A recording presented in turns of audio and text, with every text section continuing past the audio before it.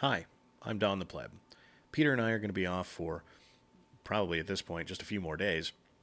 And so I'm putting out these little videos of things that I've been looking into and haven't really had time to get long form videos out about.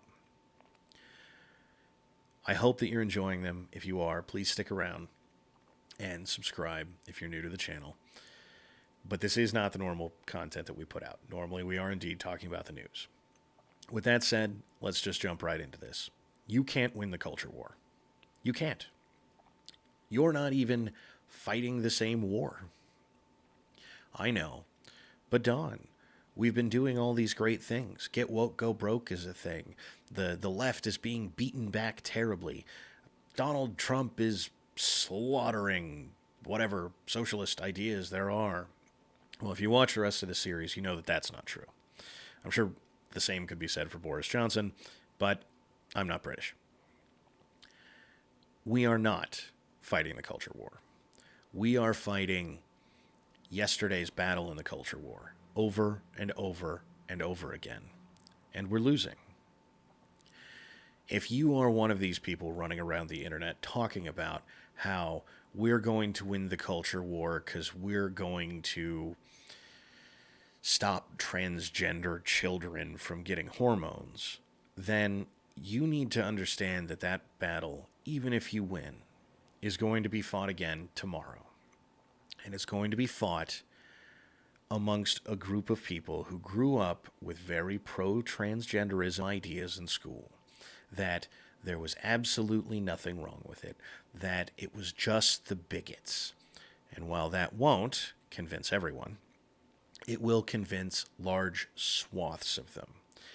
And you don't even need a majority, you just need a sizable minority, as the battle itself should tell you.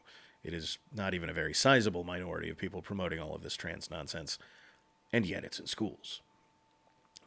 What happens when that group of people is 5 times that size?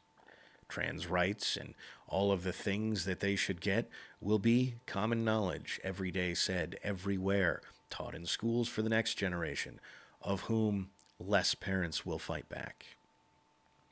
You cannot win this way. You simply can't. This idea that, well, maybe if we just curtail the welfare state, you're still accepting the welfare state. And the next generation will have a whole lifetime of knowing that a welfare state was a good idea. Take a look at what happened when Bill Clinton pushed the welfare state back to the states in the U.S., down from the federal government. While this did curtail welfare usage, and it did decrease the unemployment rate, and it did get people to stop sitting at home on their couch collecting welfare, that lasted for approximately 5 years, 10 years, maybe. It depends on when you want to argue that it was all rolled back, but by the middle of the first term of the Obama administration, it had all been rolled back, and no one said anything. No one cared. And the simple reality was that everyone had grown up with the idea that the government did welfare things. And so if there was an expansion for people who were in need, and God forbid we let a crisis go by, then obviously that was true. And the problem was really just that there were more people in need. And this was definitely not socialism. This is exactly why you can't win. You won't bother to take a look at the battles already lost. You won't examine how far down the road of socialism you already are. So while no, the UK probably will not be Venezuela in 5 years. No, the United States will probably not be Venezuela in 5 years. They will be in 50. There probably is no way around it at this point. The group of people that the internet likes to mock, the normies, they all think this is a great idea. And they think it's a great idea because they are indeed concerned more with bread and circuses. Ironically, a thing the Fabians were very worried about happening. They didn't think that was a good idea. And yet, there's a bigger problem when Twitter goes down than there is when your children are taught that it is a great idea to be gay or transgender, or that it is a great idea that the government control health care, or any number of other things. And while a lot of these are an amalgamation of various portions of crazy socialists over time, they are still winning these arguments. It doesn't matter that they have some hiccup along the way. That, oh, well, Trump said you can't have a sex change operation in the military. So what? By the next generation, you will be able to. By the time that Barron Trump is old enough to be president, that will be the policy.